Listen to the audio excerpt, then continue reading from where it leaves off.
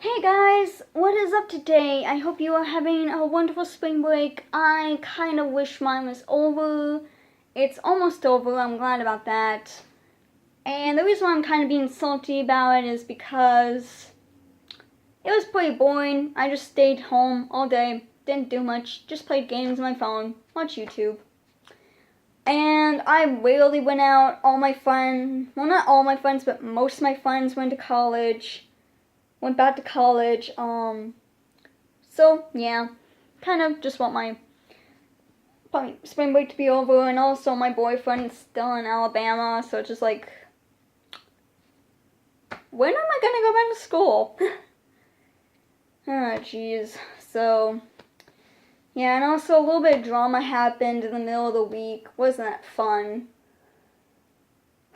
But I'm not here to sulk around about my spring break. I'm actually here to finally do another movie review. This is my third one. Since the movie is going to come out in September, and it looks really freaking cool, a lot better than the original, I want to review you guys by memory It by Stephen King. I was really hoping to love this movie when I first watched it. But before I get into that, I want to do a little quick thing about myself. When I was a kid, I had a huge, and I mean huge, fear of clowns. Like, literally, if I saw one at the corner of my eye, I'd start bursting into tears, no joke. I would just start crying, cuddling next to my mom, like, Mom, there's a clown, there's a clown, there's a clown. I hated clowns so goddamn much, guys. They scared the living bejesus shit out of me. But over time, when I got older, I'm just like, with clowns. I couldn't stand clowns. Clowns were pieces of shit to me. And also, when I was a kid, I loved horror movies. I just loved being scared. I loved the blood. I wasn't a huge fan of the guts, but I did like the horror. I liked being scared. I felt more adult. Because like, in the late 90s and early 2000s, yeah, there was some kid stuff, but you didn't feel very, with very few television shows for kids, it was almost like they were talking down to you, and that's why I really like the new My Little Pony and Steven Universe, because they don't talk down to kids. And since I got a little bit of a child like mine sometimes, I really like those TV shows because I don't feel like I'm being taught down to. But yeah, with those ones in the past, there was like a few that were really good, but then there was just like some stuff that was just junk. Ugh, SpongeBob SquarePants. Okay, so yeah, let's get on with the review and my thoughts about it. Okay, when I watched this movie, I was like 15 at this time, so I think I watched this like around the same time I'm reviewing this movie. Yeah, it was like April or May. I want to say April I watched this movie. I remember that because I was talking to my boyfriend at the time about it and talking about how stupid this movie was. Yeah, I'm sorry, I don't like the original movie, and I'm gonna explain why. So, as I'm watching this movie, I was watching on YouTube, and you know how sometimes YouTube videos buffer, and they're just like taking 2 years to unbuffer, and sometimes you gotta take that little red dot and move it backwards so that little white space can keep on moving forward. That was basically watching that movie, and it's only like 2 hours long, I think, or maybe an hour long. I felt like I was watching a 4-hour movie. Might as well watch Lord of the Rings. That's how long it took, and it wasn't that great.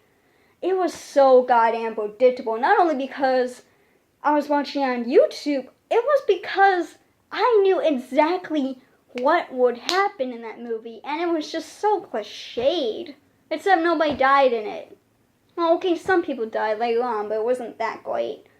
So the movie starts with, like, all these adults pretty much getting phone calls from one of their friends, telling them about this clown demon thing that used to try to torment them when they were kids and it's currently killing kids now. and they all need to come back here and try to kill this thing. And every time we bump into a person as they're adults, we go to a flashback. And apparently in these flashbacks, one of the main characters, his little brother died of the clown in the sewer. He made his little brother a little paper boat, and it goes in the sewer, and then he gets eaten by the clown, basically, which is sad. And then, like, apparently one of the main characters, the only female, she apparently is in a current abusive relationship with her boss. Like, she's in a romantic league with her boss, and I advise you ladies to not do that with any of your bosses. Do not get in a romantic relationship with your boss. That is a stupid idea. But anywho, yeah, Beverly, she's the only girl. She gets out of an abusive relationship with her ex-boyfriend, and it's no different than her relationship with her father. He used to abuse her. He accused her of being a whore. And also, we got, like, these 1950s greaser bullies that just bully everybody, pretty much. And so, yeah, you got a killer clown, and you got fucking normal bullies that try to make your life a living hell. Yay! Stephen King! Anywho, so yeah, they all go back home because they thought they killed the damn thing when they were kids. And one thing that actually kind of bothered me about this movie is that there's too many main characters. There's like 6 guys and 1 girl, or 5 guys and 1 girl. I don't remember how many fucking people there are in this movie. And they're all okay people, but it's just like, there's so many of you. Which one? What? I just think there was like too many main characters, which is kind of weird because I do like having a lot of good characters, and sometimes having a lot of characters can be good for your story. Though sometimes, if you're not a very good writer and you just put random characters in your books or movies, sometimes they're going to be a little bit forgettable. Like, oh, here's this one person from the very beginning of the movie. Near the end of the movie, here's this person again. Wait, what's their name? That can happen sometimes. And this movie, it's not that the characters are forgettable. They're actually pretty memorable in some ways, but there's just too damn many of them. And actually one of the characters actually kills himself because he couldn't deal with this clown demon again. Well, fair enough. I mean, I don't really think it was the best idea to commit suicide over that, but you can't really blame him. Now, I'm not saying I agree to do suicide. I know there's people out there that do commit suicide. I'm just letting you know. They're just like, okay, dude, sorry that you don't trust the clown. Bye. But my issue was there's too many characters. And another thing, I could not stand Beverly because I felt like the writers, and I don't know if this is in the book of Stephen King's It, but it was like they didn't know what to do with her. They make her dance on the stress in one scene, and then she becomes a strong, independent chick in another scene, and then she goes back to a dance on the stress. It's like, make up your fucking mind, movie. Is Beverly a strong, kick-ass female character, or is she a dance on the stress in the movie because she's a chick? That drove me crazy that I was bouncing off the walls on that part. Mike is like the only black guy in this movie, and actually, Stephen King does something good for once. He doesn't kill off a black person, so that's good. They also kill off this one kid who has asthma, Eddie. And I actually kind of liked Eddie. He was okay. He was kind of nice, kind of dorky. Good God, his mother has such an unhealthy relationship with him. I'm surprised she's not doing incest with him. Ugh. Yeah, as you can tell, I wasn't a huge fan of this movie. And another thing, too, was, like, the balloons really confused me. Like, you can watch the Nostalgic Critics review on it, too. It's so confusing. Like, I think balloons are really scary. Like, there's even one scene where the clown character is like, or something like that, and Beverly sees him, and then all of a sudden you see a balloon coming out of her skirt. I stand by. That balloon came out of Beverly's vagina. I stand by that, the truth. So yeah, there's supposedly scary balloons in this movie, and so near the end of the movie, Now, before I get into this part, my mom told me about this movie and it sounded really good, really scary. Like, my mom, she's such a good storyteller. If she was here now, I would show you how good of a storyteller she was. But apparently she was such a good storyteller, she would make anything sound interesting, even this shitty movie. And she told me it was like a dragon-like monster, and, you know, making the clown a dragon-like monster would have been a very good reveal, or something like that. Maybe something very creative, like maybe a 5-headed dragon monster, like from the Godzilla movie. Sorry, I can't remember that monster's name, but you know what I'm talking about. God damn it, I had his name, it's like King something.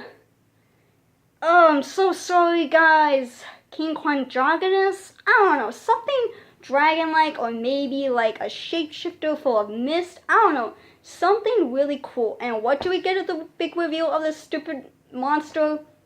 A fucking huge-ass spider that's fake. I couldn't stand this movie, and also, like, all these guys, like, have a thing for Beverly, like, hell, even Billy, one of the main characters, who is actually married, and actually Benny, who actually has, like, a girlfriend, or maybe a prostitute, I don't know what she is, but, like, 2 of the main characters already have, like, somebody with them, and what do? They start kissing Beverly. Okay, granted, I guess it kind of makes sense, because Billy and Benny kind of have, like, a crush on Beverly. That's a BS love triangle. But, yeah, as you can tell, I did not care for this movie at all. And I think a lot of people in the younger generations really don't. It's a stupid movie. Nobody really dies in that movie a lot. Only, like, maybe 5 people die in that movie. Like, all 3 of the bullies die. Then Eddie dies. And then Stan dies, even though he did it through suicide. Sorry, dude. And yeah, that's all of them. That's like the only people that die. Like, that, the whole point of a horror movie, guys, is people die in it. That's what makes a good horror movie. It scares people when people die in that movie. I think it would have been a lot more better that, sure, there would have been flashbacks of their childhood, but some of the kids actually died. And no, not just the bullies, actual characters that were friends with them. Like, sure, you can say, like, 6 group of friends died, and then, like, 3 of them died, and there's only 3 friends left, or something, and they had to kill this killer clown to get revenge for their friends or something. That would have been a lot more better of an interesting story. And not so cluttered up, and just have flashback after flashback, flashback, flashback, flashback, flashback. Literally, half the movie is flashbacks. And, yeah, that's my review, guys. I hope you liked it. Give a like, subscribe, comment down below, and tell me if you hate the It movie, and if you're excited to see the remake, because, oh my god, it actually looks scary. I kind of want to go see it in September, just to maybe get my fear of clowns back. I don't think that would be a smart idea.